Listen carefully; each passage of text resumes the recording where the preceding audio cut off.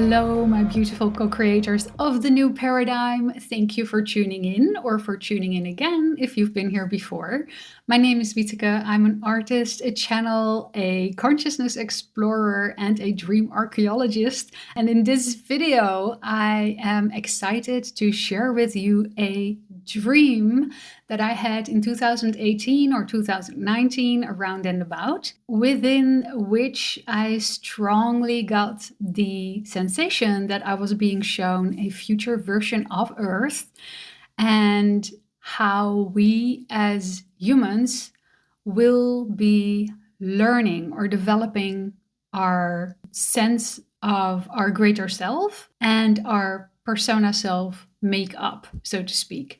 So this was really intriguing. I never forgot it. It was an incredibly lucid dream. And I played 3 different parts in the exact same storyline, which was really interesting as well. And I've had this before, that in dreams I got to see different perspectives, or I switched places with a person or a point of view. But there's always the neutral observer as well, like a kind of overview perspective that is holding space for me to be able to explore. It's kind of like I'm my own mom and I'm the child. I get to run around, play around, and explore, but I'm also, keeping an eye on the child at the same time. It's very weird, but I've had these kind of dreams and sometimes still do. Also, in this dream, I got the very strong sense that I was being shown a version of a future Earth. And with that, I mean to say that the part of my persona self that is conditioned to linearly explore her life in this human focused orientation, from that level of perspective, I sensed this was a potential future timeline or incident or reality. I've had dreams in the past where I sensed whatever I was picking up on was something that was in the past. Sometimes for myself, like, you're dreaming and it's a processing dream about something that happened before and it reoccurs, and maybe you've had this, maybe you haven't, but then you may realize in your dream, oh, I'm back here. It feels like I'm back here. I'm still cleaning something up that potentially stayed behind or something. I'm returning to the scene, so to speak. And in this case, I went to a location that I was never before, but I actually sense I might have visited that place only a year ago in real life. And it's yet to be built there. Whatever I saw in the dream is yet to be built there. So anyway, I'm going to go into that later. But in this dream, I had 3 perspectives. So I was playing around in the scene itself. I was the overviewer, or from the mother perspective, so to speak. And I was the kid running around, so to speak, with my focus. And I was playing 2 different perspectives on the podium of what was playing out there. In my dream, I was suddenly in a landscape with a restaurant in it. It was a natural landscape, and there were a lot of people in the restaurant, and it had one of those buffets where you can go and get your food. When I was approaching the restaurant, I was with somebody else, and we were hungry. I knew it. I knew we were hungry. We were human. Everybody in the restaurant was human, as far as I know. And we were approaching the place, and we didn't have any money. And all I knew was the world is in a dire state. I knew something big had happened, maybe, or we had just gone through something intense, me and my friend, whoever the other person was. And we didn't have any money. And we were of the belief system that we needed money to pay for the food. And otherwise, you can't have the food. It's just how the world works. That was our belief in that moment. So we were approaching the restaurant and we were super hungry and we didn't have the money. So we made a plan. So we looked inside the restaurant through the door and we saw that it was this kind of buffet restaurant where everybody can take their food and just take what you want. And then you have your plate and you sit down and you eat. So we saw that and we assumed, of course, at some point you're going to have to pay. So we made this plan to go inside, take a plate, get the food, and then sneak outside with the food and then eat it outside so that we didn't have to pay. It was like we were planning a scam. And so we went inside, we pretended as if everything was very normal. We're very normal customers. We're gonna have this food. So we were putting the food on our plates and we're in the line with the people going by the buffet. And then we have this full plate of food and we begin sneaking away from the buffet and towards the door. And for some crazy reason, the food disappeared off the plate and flew right back into the buffet. And now we still didn't have any food. So we had to do it all over again. So we went back into the line. But the crazy thing was, as this was occurring, that's the moment where my consciousness also began to shift into the other people. So now I got the perspective of the other people in the restaurant that were already taking their food, sitting down and eating it. And for a moment, I could see the two visitors that just came in. I was just in their perspective and now I'm in somebody else's perspective. I could see these two visitors go back in line and try their trick again. So take the food and planning to sneak out with it. And I saw, to my great surprise, that their plan was 100% transparent. In other words, everybody in the room could just pick up on it. Everybody knew they believe they have to pay. They believe they have to steal. It was completely understood and there was no judgment. It was being observed. And in that moment, I was one of those other people and I was seeing those two try it again. And I got to observe it. And it was really interesting because I could feel what they were feeling to a very deep degree. I mean, I just lived it in the dream itself, but now I got to feel it through somebody else's system who is incredibly empathic. And this is a transparent world. Nothing is hidden. So I got to experience their anxiety, their stress, their disappointment and frustration that now they had to go back into the line and do the whole thing again and try to sneak away with the food. But there was full acceptance of what was playing out.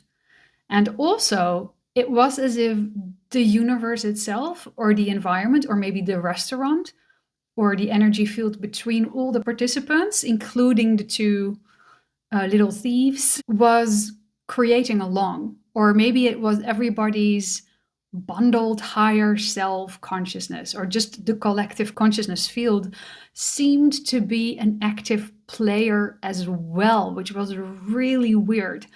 Because again, imagine that food that was on the plate, physical food, flew back into the buffet.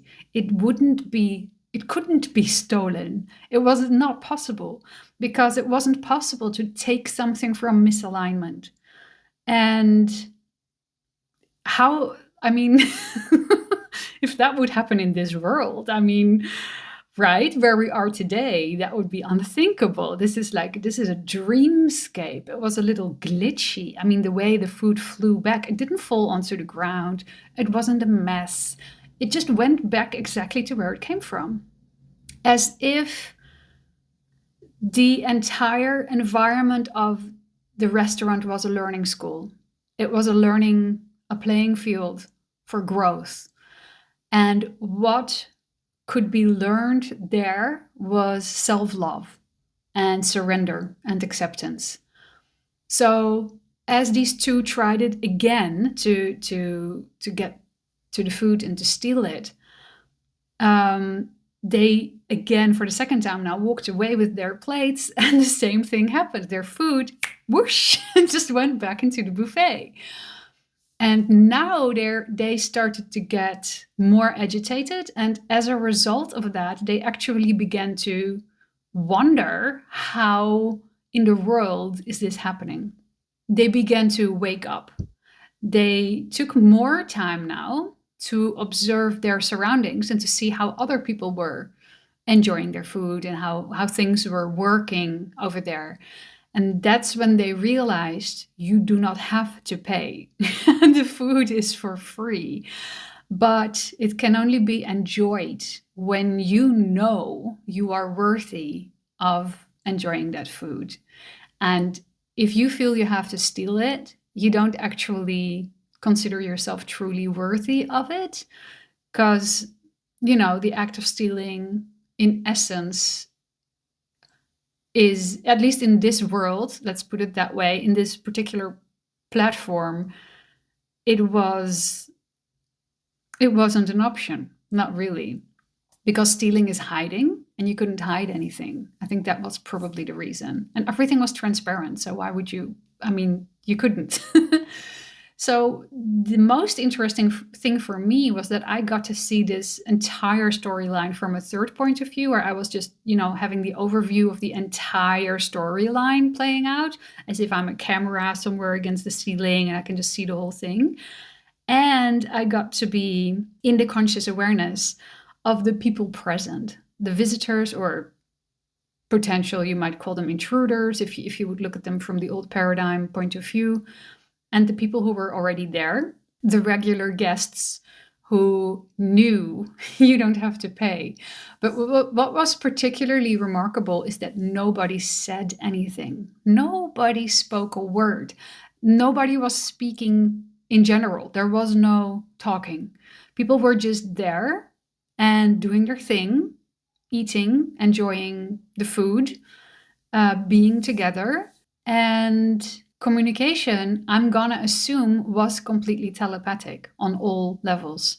Now, when these visitors, these two that were planning on stealing, paid more attention, then they realized, of course, we can just have the food and sit down and eat it. I didn't stick around in the dream long enough to see them do it. Clearly, I had to wake up or shift into a different kind of awareness away from this scenario. Right at the moment where I understood, wait a minute, this is a learning field. This is a learning platform. As soon as I got that and I understood, oh, they're going to figure it out. There's no problem. Not really. That's when I moved out of it. And that's also when I realized how incredibly different that experience is from how we learn today, and how much slower we learn today, in most occasions at least, because we're not yet fully telepathically conscious with one another. I believe that we naturally are telepathic. I believe that we can be telepathically connected as an entire society, but we haven't learned how to trust that enough, or to surrender into it enough to truly embody it completely. So I think we're in a transitional phase. There's a potential that may go pretty fast, and very surprisingly so, or it may take a little while. I don't know. I've had other visions regarding this theme of the transition into a more telepathically connected world. But this particular one dream that I have titled The Restaurant Lesson is one that I have never forgotten, and that was really impressive. Above all, because it was so tangibly real, and the emotions of being able to tune into somebody else's situation, dire, uncomfortable, complicated, frustrated, all of that was registered and nobody responded to it. They were just observing, they were just holding space. And these two didn't know that until later. And then later they realized everybody could see them, like could see right through them. It's like the emperor's clothes kind of situation. But so that was the dream. And I have no idea if this is like something that we may evolve into relatively quick, or it may take some time, or even I don't know if this is how the quote unquote world functions in the blueprint level, because it might have been. Maybe I just took a little visit up there and went back into this particular dimension of orientation, because all potentials exist in the blueprint level. This is how I understand our physical world gets its form or shape. It's like there's a blueprint level that kind of like hovers over physical reality. If you want to linearly illustrate this, you could see it as a layer that is just hovering over reality. And the more people feed that potential, the heavier it becomes. Kind of like when the sun shines on the ocean, the water evaporates and then it turns into clouds.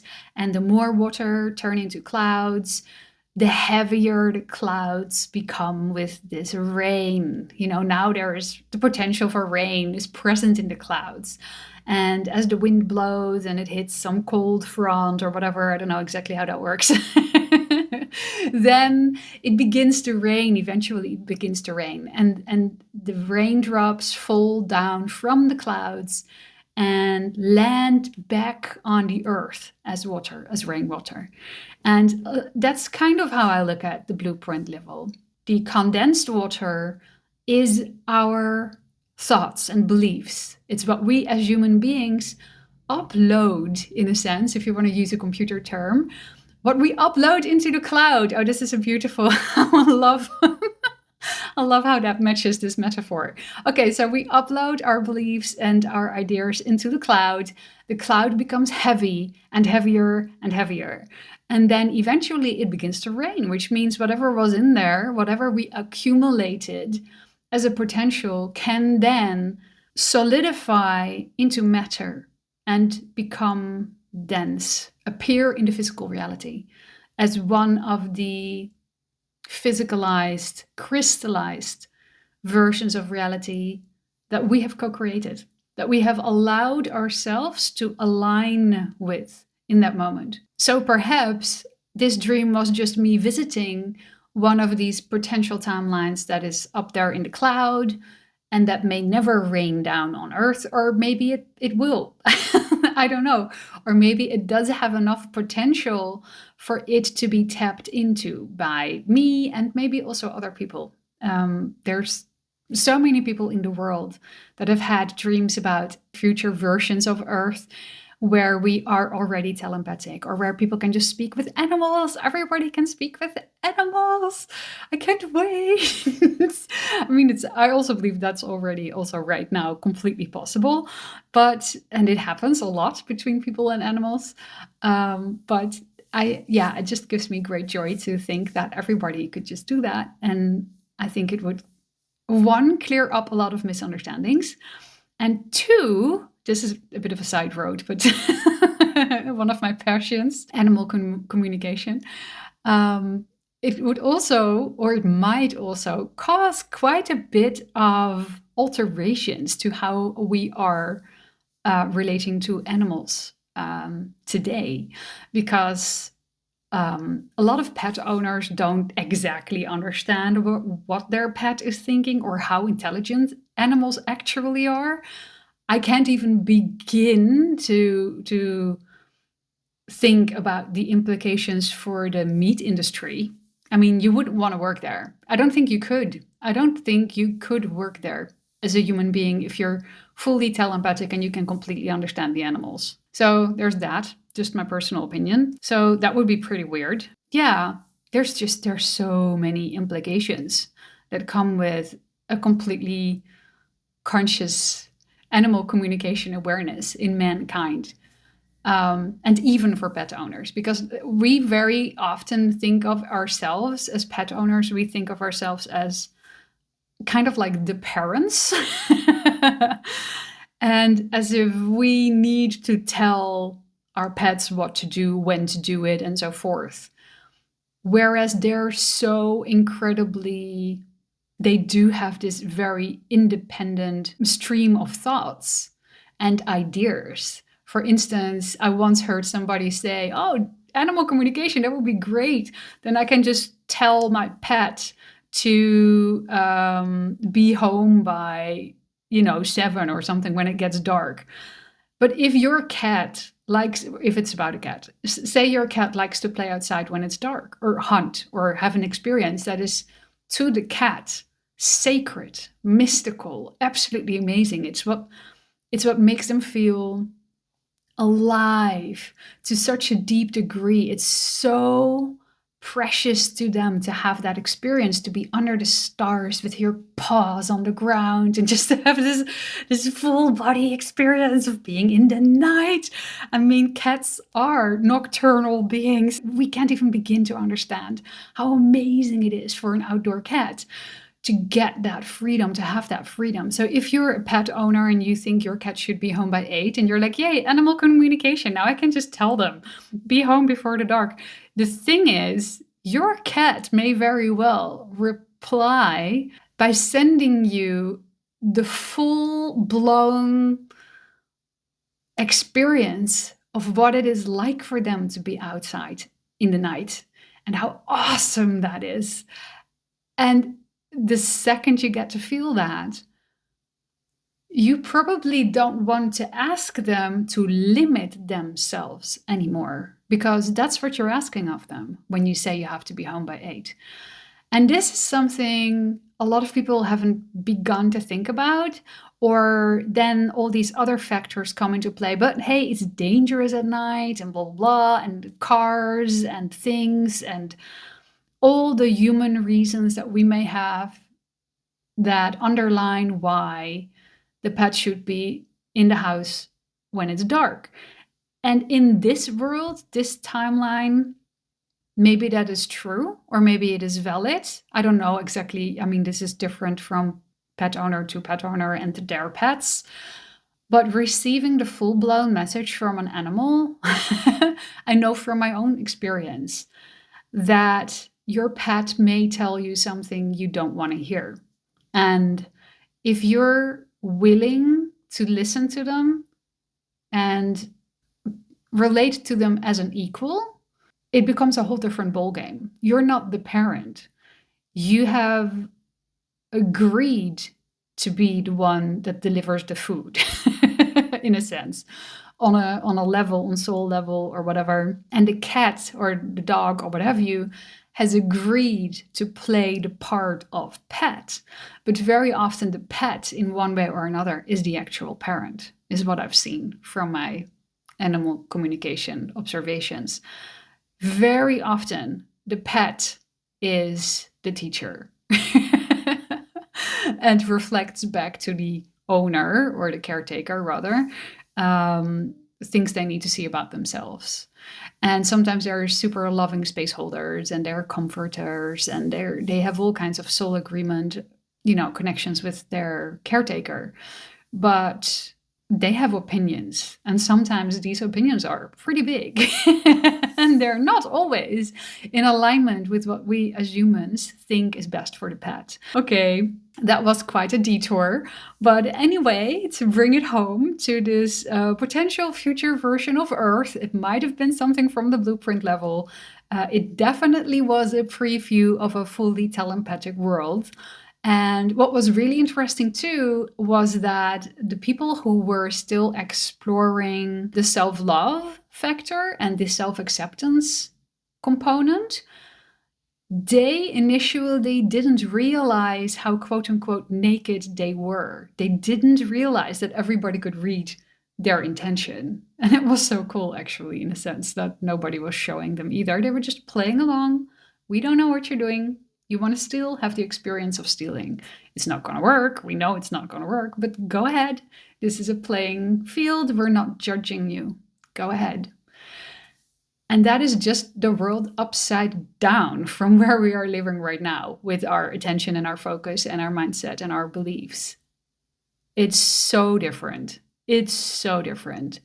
Just think of one relationship that you have with a friend or family member and all the information that you do not share. Even if you think you know them incredibly well, there's always things we do not share.